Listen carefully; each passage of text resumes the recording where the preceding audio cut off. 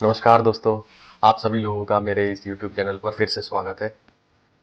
आज के वीडियो पे हम बात करेंगे एक हॉट टॉपिक पर, जो है इन्वेस्टमेंट वर्सेस ट्रेडिंग।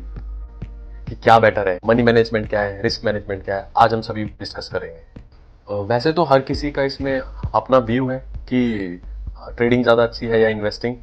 कुछ लोगों का पर्सनल इंटरेस्ट ट्रेडिंग में है, उनका सेल्फ बिलीव ट्रेडिंग में है, बिकॉज उनको लगता है कि वो टेक्निकल एनालिसिस बहुत अच्छे से कर सकते हैं। दूसरी तरफ किसी का लॉन्ग टर्म व्यू अच्छा है और उनको लगता है कि उनका फंडामेंटल एनालिसिस काफ़ी अच्छा है और वो अच्छे स्टॉक्स पिक कर सकते हैं लॉन्ग टर्म बेसिस पर। If you talk about my self, I really believe in diversification of my portfolio and yes, this is my personal choice. It helped me a lot in so many ways, like long-term investments for a passive income and trading is for my active income. So what is diversification?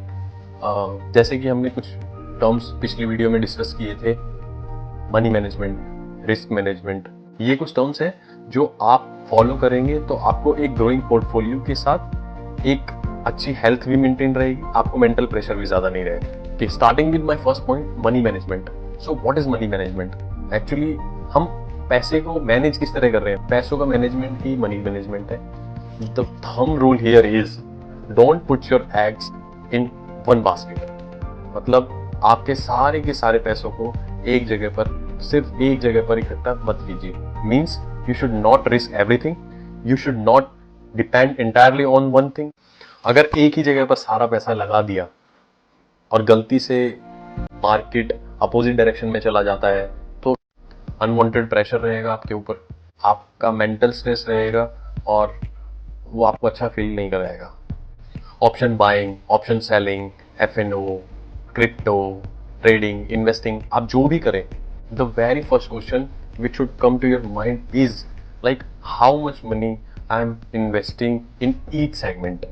So in order to avoid this unwanted shocks in your life, हमें अपने portfolio को diversify करके रखना चाहिए। एक financial wellness के लिए आपको अपना एसेट एलोकेट करने हैं, आपको सिर्फ एक ही जगह स्टिक नहीं रहना है। जैसे कि real estate, second fixed income sources, third stocks you can say, fourth commodities. तो अब आप लोग बोलेंगे कि मेरा करियर तो अभी स्टार्ट हुआ है, so how can I invest so much thing, अभी मेरे पास तो इतना ही नहीं है, पैसा ही नहीं है, तो मैं कहाँ से इतना सब कुछ लगाऊंगा। तो उसका आंसर के लिए चलते हैं हमारे सेकंड टॉपिक पर, जो है risk management. What is risk management?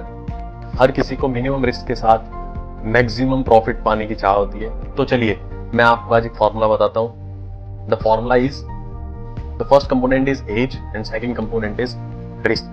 So if you talk about these two components, अगर हम दोनों कंपोनेंट्स की बात करें तो age is inversely proportional to the risk take. जैसे जैसे आपकी एज बढ़ती जाएगी वैसे वैसे ही आपको रिस्क कम करने हैं. अब क्वेश्चन आता है कि हम कैसे अपने पोर्टफोलियो को डाइवर्सिफाई करें according to our age. For example, अगर आप अभी 20s में हैं, 30s में हैं और इतना खास कुछ है नहीं खोने के लिए, फिर काहे का डर? So we must take certain calculated risk. Like शुरुआत में लर्न करें.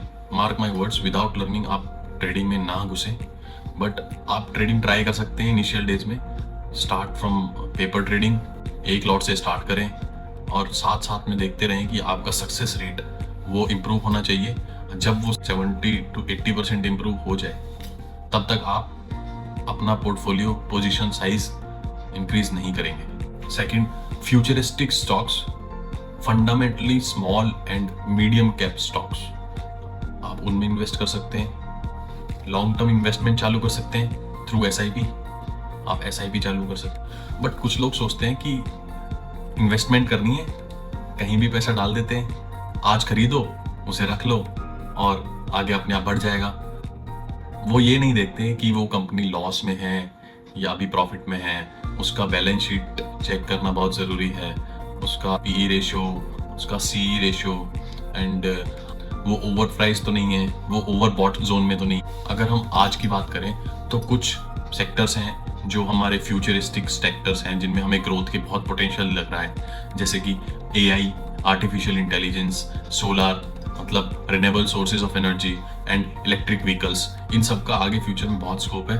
कंपनी की मैनेजमेंट कैसी है, कंपनी की ग्रोथ रेट कैसी रही है, उसके क्वार्टरली रिजल्ट्स कैसे रहे हैं, वो सब चेक करना बहुत ज़रूरी है. हमें अगर एक्चुअल में पावर ऑफ कंपाउंडिंग का असली लुत्फ उठाना है तो अपने स्टॉक्स पर भरोसा करना होगा, तभी हम उसे अपने साथ लॉन्ग टर्म लेके जा सकते हैं। आपको अपने स्टॉक्स पे अगर भरोसा नहीं है तो आप थोड़ा बहुत भी प्रॉफिट हो रहा होगा उसको फटाफट से बुक कर लेंगे और शॉर्ट टर्म कैपिटल गेन का टैक्स भरेंगे। बट अगर आप 40s 50s में आ जाएंगे तो उस टाइम पर हमें रिस्क बहुत मिनिमाइज करना होगा। अपना सारा पैसा नहीं लगा सकते ट्रेडिंग के अंदर। आपकी वेल्थ उस टाइम पर बहुत अच्छी हो गई होगी। लो रिस्क फिक्स्ड एसेट्स में हमें इन्वेस्ट करना है, जैसे फिक्स्ड इनकम सिक्योरिटीज ETFs में कर सकते हैं, निफ्टी ETF में कर सकते हैं invest. Blue chips companies, large cap companies में उस टाइम पर इन्वेस्ट कर सकते हैं, बिकॉज वो रिस्क कम रहता है उनके अंदर age compare to trading. Trading के अंदर बहुत ज्यादा रिस्क है जो सूटेबल नहीं रहेगा। तो फाइनली इसे वाइंड अप करते हैं, कंक्लूड करते हैं कि जो ट्रेडिंग और इन्वेस्टमेंट के बीच की बात है कि क्या ज्यादा ठीक है, it totally depends upon the time we are starting our journey in trading और इन शेयर मार्केट। मेरी लास्ट वीडियो को इतना प्यार देने के लिए बहुत बहुत धन्यवाद, और आई होप आपको ये वीडियो भी अच्छी लगी हो। अगर अच्छी लगी तो प्लीज़ कमेंट में ज़रूर बताएं, और मेरी इस वीडियो को लाइक, कमेंट और शेयर करना ना भूलें। All right then, take care. मिलते हैं एक छोटे से ब्रेक के बाद। Till then, bye bye, signing of.